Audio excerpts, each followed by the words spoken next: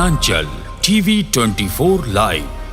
तो मैंने था अपना 10 साल का बहुत लंबा कार्यकाल दिया। इससे पहले मैं जनता दल में भी था।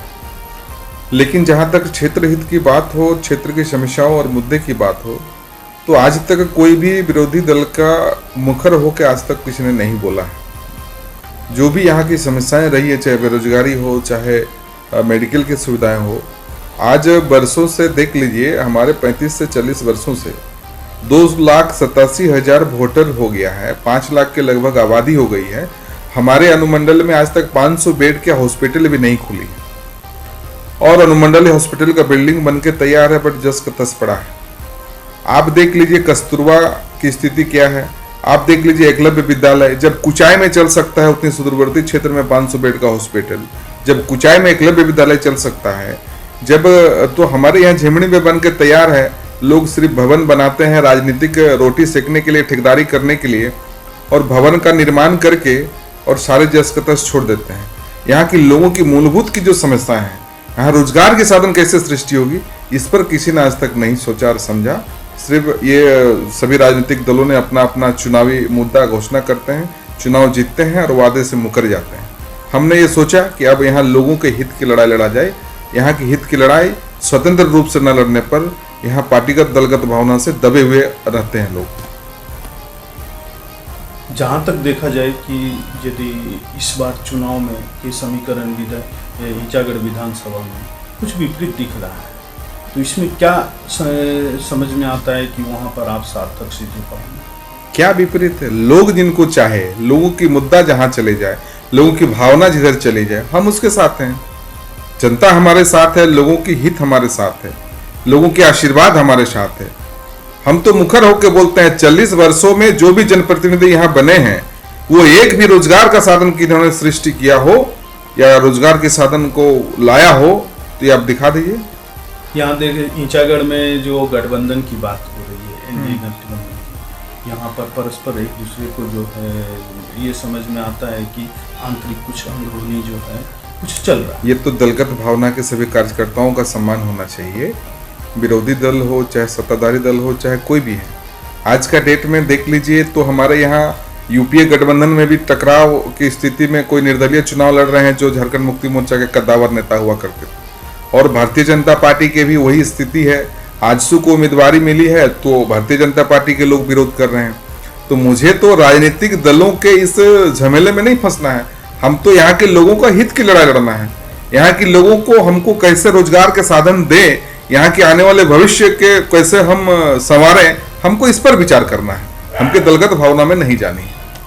क्या लगता है कि इसका लाभ आपको मिल पाएगा? बिल्कुल मिलेगा। लोगों का आशीर्वाद हमारे साथ है।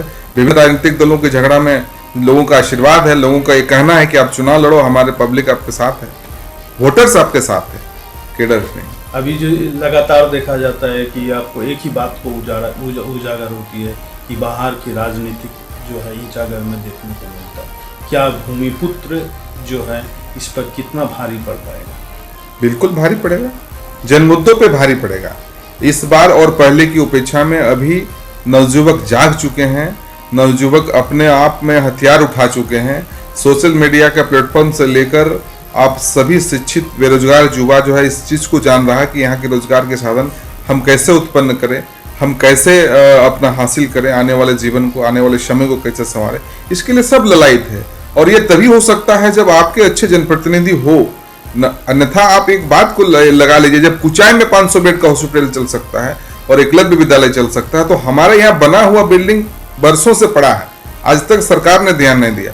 और हमारा दुख और तकलीफ इस बात की है कि हमारा जो भी प्रतिनिधि यहाँ बनते हैं, सत्ताधारी दल के लोग विधायक होते हैं और सत्ता उन्हीं की होती है राज्य में, फिर भी कोई इंप्लीमेंट नहीं कर पाते हैं। यहाँ तो सिर्फ यहाँ के लोगों को बेवकूफ बनाया जाता है।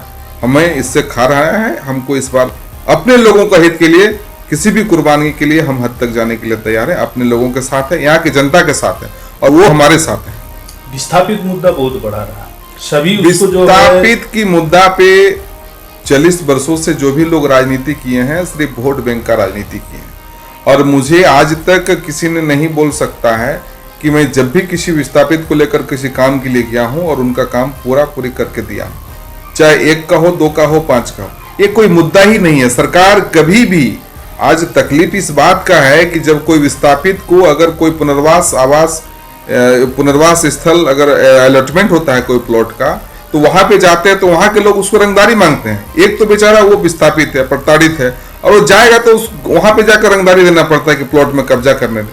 प्लॉट में जाने के लिए उसको सोचना पड़ता है, वहां घर बनाने के लिए सोचना पड़ता है। ये बहुत तकलीफ का विषय है। मैंने कई सारा उदाहरण है हमारे पास, वो बहुत दुख की बात है। लेकिन अब विस्थापित की मुद्दा तो बहुत बड़ी है और उसकी तुलना नहीं की जा सकती है। लेकिन विस्थापित के साथ साथ अगर डैम बनी है तो उसको रोजगार का साधन भी सृष्टि करके यहाँ के लाखों लोगों को देना चाहिए था सरकार को, जो आज तक ना रोजगार सृजन कर पाया है, ना विद्युत का जल विद्युत का उत्पादन कर पाया, और न ही विस्थापित को ढंग से बसा पाया और उनको अपने लाभ पहुंचा पाया। ये बहुत तकलीफ है। ये बहुउद्देश्य परियोजना अब जो है अधर में लटका हुआ है। ये सफेद हाथी की तरह यहाँ राजनेताओं को और ठेकेदार को मतलब खाने पीने का एक जरिया बन गया है, रोजगार का साधन बन गया है। और कुछ आपका क्या रहेगा विस्थापितों पर?